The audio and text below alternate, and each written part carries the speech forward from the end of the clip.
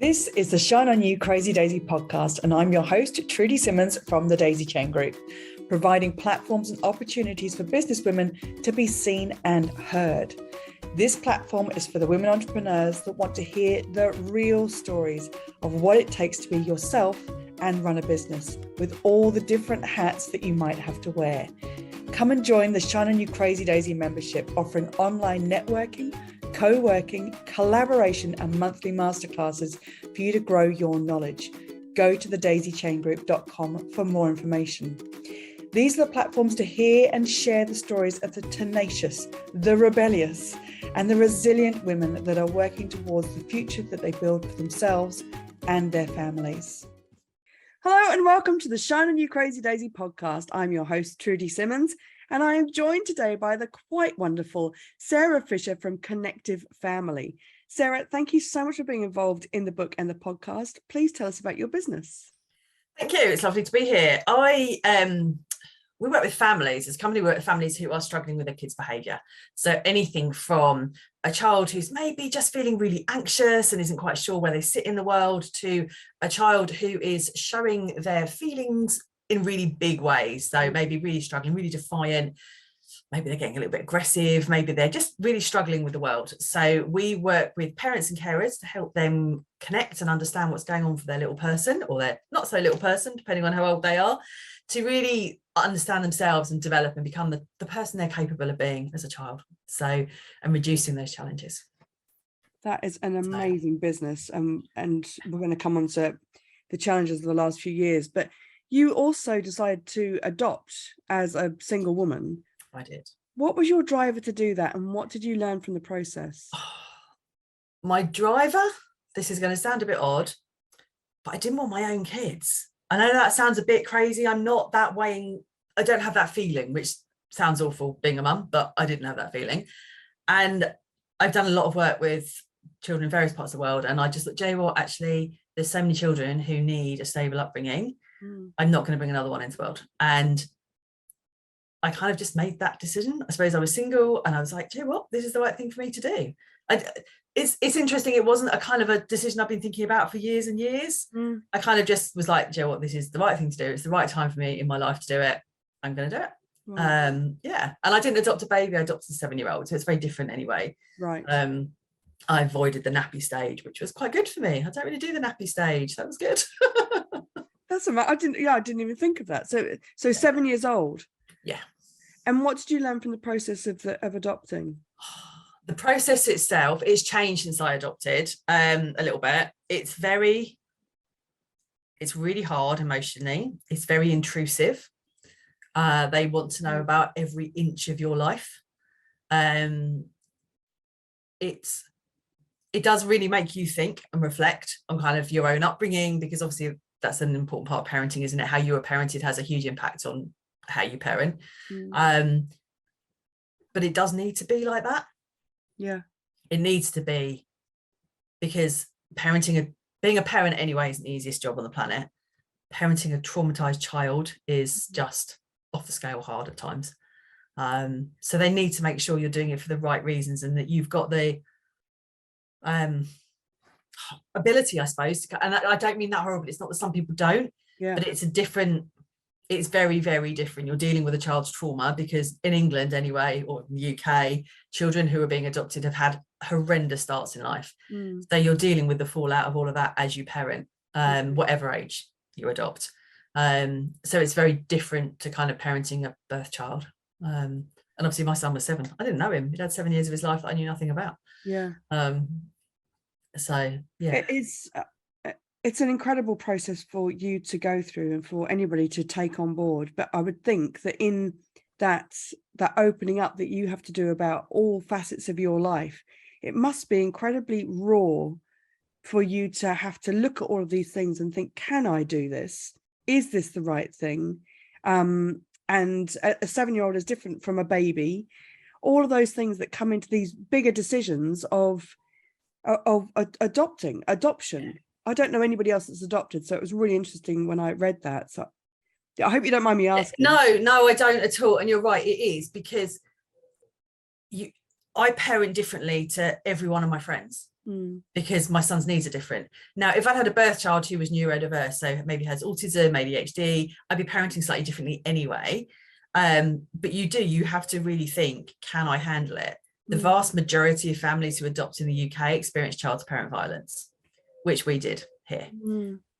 And that's not because we haven't got amazing kids. They are amazing. They've survived some of the worst experiences you could ever ask a person to go through. And the only way they know how to show you how they're feeling is by being aggressive, because their anger is so huge, but their anger is covering all of their other emotions. And so it's being able to kind of see that when you're seeing your angry, dysregulated child, rather than seeing a naughty and inverted commas child. Because most people would see a naughty child. The child who's misbehaving in school is seen as naughty. Actually, they're not. They're struggling with their emotions. And they don't know what else to do. So it's just, and I'm not perfect by any stretch of the imagination. I get it wrong loads. But it's trying to see it like that and trying to stay calm in that moment. Go, actually, my child is really scared right now. They're really frightened right now. And we could be at home. It's not that there's something that's happened. It might be that a car's backfired outside and that triggers them. Like a war veteran, like an army veteran can be triggered by, a firework going off, or an adopted child could be triggered by anything, and you might not know what it is. So you're kind of, but you can heal from the trauma. And there's loads of amazing therapies out there now that really help us to help our children to heal from what they've gone through. But it's a long, tricky road, should we say. Bless you. What's helped you most in growing your business? Being really, really passionate about what I do. So I set it up because of what we'd experienced here. I was really fortunate to go on some training that was literally life-changing for me. And at the time, about 7 years ago, it really wasn't available very easily within the UK. And I was like, "Do you know what? This is nuts. We need to get this out to people." And so I retrained, changed careers, set up, started doing it. And it just kind of snowballed from there, really. And I think having that passion about it, but also having the lived experience, so it's not just a theoretical thing that I'm doing, if that makes sense. I really do get what parents are going through. You also said in the chapter about the inner work that you've done that has helped you enormously in this part of the journey of your business. Absolutely. I think we don't think about, do we, necessarily how our own upbringing, and I had a lovely upbringing. If my parents are listening, I had a lovely upbringing. It was really nice. But there's always things that maybe we don't have that confidence in ourselves. Maybe we're self-sabotaging ourselves for any number of different reasons. And going through that and doing the inner work with my EFT practitioner and hypnotherapy really helped me kind of actually believe in myself, but also release some of the trauma I'd experienced from my son's behavior. Because if you are a parent being, in my case, being hit by your child, it is really traumatizing. And you can kind of go, "Oh, I'm the adult, it's fine." No, it's not. And so actually for me, releasing that and then going, and actually, I'm not that confident in myself. I don't have much self-belief, even though I had a really good job beforehand and all of those things. As we know, being visible is a big part of running a business, and you have to have the confidence in yourself. So doing that inner work kind of helped me go, actually, I am quite good at what I do. Actually, I'm not that bad a parent. Do you know what I mean? And all those little things that kind of just go, oh, and of course, once that starts, that snowballs, doesn't it? And you start to, other things start opening up, and you can get out there in front of more people, so you can grow the business more, you believe in yourself more, you start looking after yourself more, which is critical for all of us. And, all of those little things that, you potentially slightly less chocolate and a little bowl of fruit and veg, in theory. Not very often, obviously, but in theory. But it's all those things. I think that inner work just helped me kind of believe in myself and believe I could do it. Which at times I really didn't. Such an important part of the process. Your skills were so needed over COVID and in the recovery that we're all going through now. What effects are you seeing in children? I would say real range, actually. There's a number of kids who seem to have come out of it without kind of noticing it's happened. So they're back in, they're being social, they're doing all of those things. And then there's the other end of the spectrum where children still aren't leaving their bedrooms and literally don't want to leave the house. I've seen a huge increase in the number of children avoiding school because they cannot cope in that busy environment with lots of people around them, having gone from being at home, as we all were for a long period of time, hardly seeing anybody, they're finding the school environment just too overwhelming. The noise, the number of people, the hustle, the bustle, you know, the fact that we spent 2 years telling them it's not safe being around people and all of a sudden it is safe, you know, all of those things that for us as adults has been quite hard to get our heads around. So we're seeing a lot of school avoidance, massive levels of increased anxiety, struggling with friendships, you know, just socializing because everything went online. So actually being face to face with somebody that's like, oh, what do we do? We don't quite know, you know, it feels all weird. A huge increase in violence I saw over the first couple of years of the pandemic, particularly from children again, but that's their stress response. You know, it's nothing more than their stress response. And also stressed parents. And stressed parents has a huge impact on their children. You know, I know, and you also do from that look. When you're a stressed parent, you respond differently. You know, so when your child says, can I have, and you're like, really, that's the 8th time you've asked for a biscuit in the last 20 minutes, are you, you know, you get stressed about it. Whereas if you're relaxed and chilled out, you're like, oh, come on, you're not having another one, go away. Do you know what I mean? You know, your response is really different. And of course, if you're a parent responding in a stressed way, that stress then feeds into your child.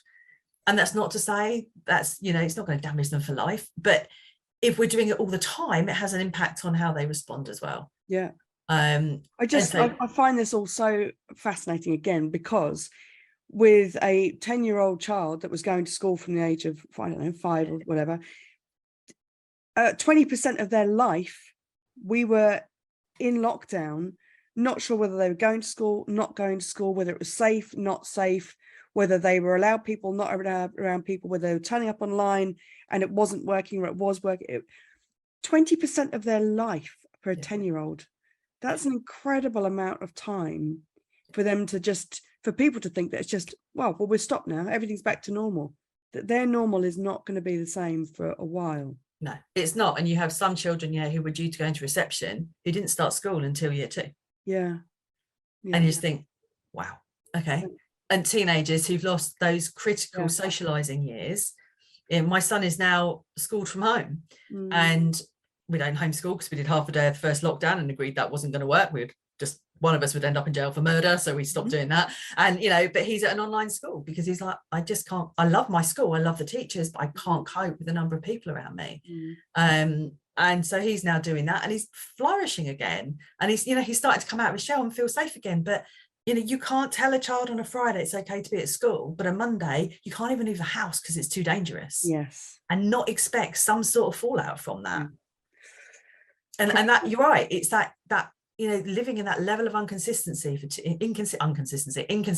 2 years was really hard. So it will affect them. And it's gonna, some kids were only just now seeing the fallout from the last few years. It's only just now coming out. If there was one lesson that you've learned that you want every entrepreneur to know, what would it be? I would say believe in yourself. Believe in yourself. Back yourself and just keep going and listen. Back yourself and listen to your gut. If your gut says it's the wrong thing to do, it probably is. If your gut says it's the right thing to do it. And believe in yourself. Perfect. Quick and easy. Quick and easy, not always that easy to do, but no, exactly. What's your favorite piece of business software? I love some software called Simplero. We started using it about 18 months ago. It runs all of our training courses on there. It takes all the payments. It runs our email system, so like our CRM and all that stuff. It's all in one. It's super simple to use.